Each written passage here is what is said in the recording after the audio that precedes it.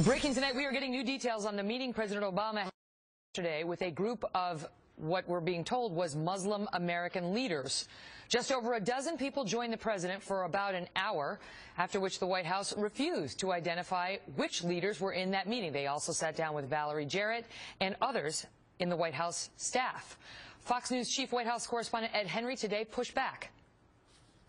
Follow up on the two questions you got about the meeting with Muslim leaders yesterday.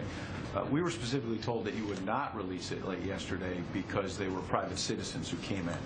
Now, as you yourself noted, the president met with private citizens who were dreamers. They're pretty young, and you brought in TV cameras.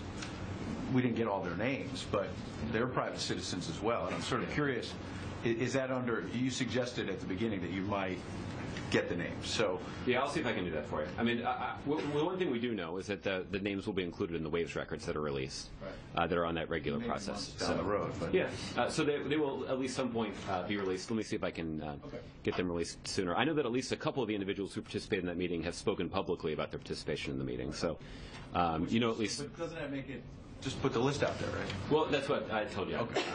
Well, last night the White House told us they wouldn't put it out. They just want to put that on the record. Okay. Joining me now, Dr. Zuhdi Jasser, a Muslim and the founder and president of the American Islamic Forum for Democracy.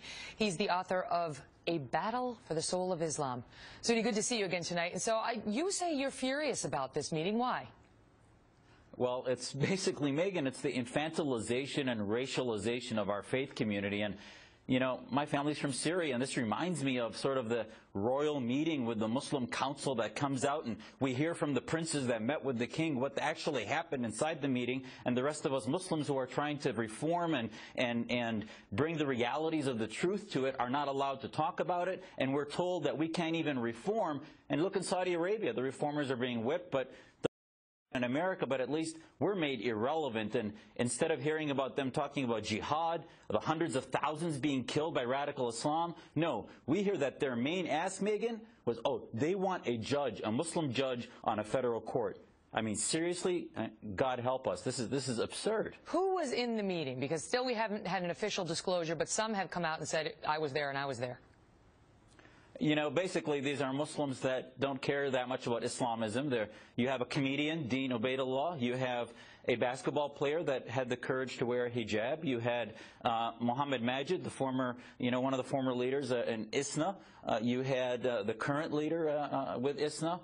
So these are groups that, and also the Muslim Public Affairs Council. All I can tell you that the filter seems to be groups that are either apologists for Islamism or those that really want to look at our community as victims, and those that are racializing Islam as a race rather than as an ideology that needs reform. So a couple who were there came out and said, well, what we really wanted to talk about was the bigotry against Muslims. They think that there is anti-Muslim bigotry on the rise. And one of the folks who apparently they wanted to discuss this with was the man you just mentioned, a comedian named Dean Obeidullah. Is that how you pronounce it?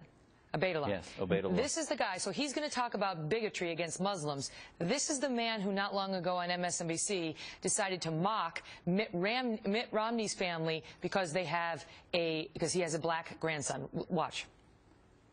This is the Romney family. Any captions for this one? I think this picture is great. It really sums up the diversity of the Republican Party. Yeah, every RNC. They have the convention, and they find the one black person.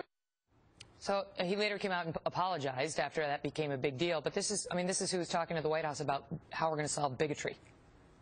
Well, this gentleman, as you can see on my Twitter feed earlier, I tried to address, he sends me his article about his meeting and basically responds with a flippant response as if everything is about jokes. And, I'm sorry, we are a patient that has a cancer.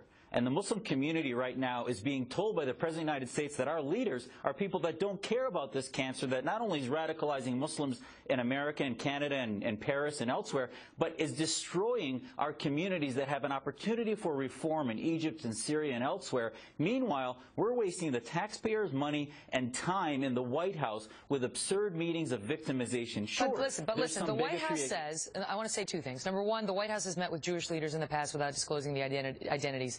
Christian leaders as well in the past without disclosing the identities. When pressed, however, it's unusual when pressed to not then release. In any event, they say, the White House is saying, what we met and discussed with these leaders was, how do you keep an eye out for radicalization within your communities? How can we nip it in the bud? How do you see it? All of which would be beneficial, no? Well, Megan, the country, the world is waiting on the edge of their chair to hear what Muslims are going to do about this problem. And if they really want to fix Islamophobia, this meeting, remember, Megan, the context is it came out of a January where we had one horrific terror video after an attack in Paris, on and on. Now we're almost a month to the attack tomorrow, and now we have a meeting about how Muslims are victims and basically Christianity is the problem at the prayer breakfast. I mean, the priorities are absurd. And secondly, if you really want to treat the bigotry that may exist out there, if for Americans to see us leading a jihad against jihad is the treatment of that. It is not to deny it and push it aside. You can't defeat the ideology unless you first identify it and then empower the community that needs to fix it, and not take people that are part of some royal council that want to deny it and maintain control of our community. Zuhdi Jasser, good to see you, sir.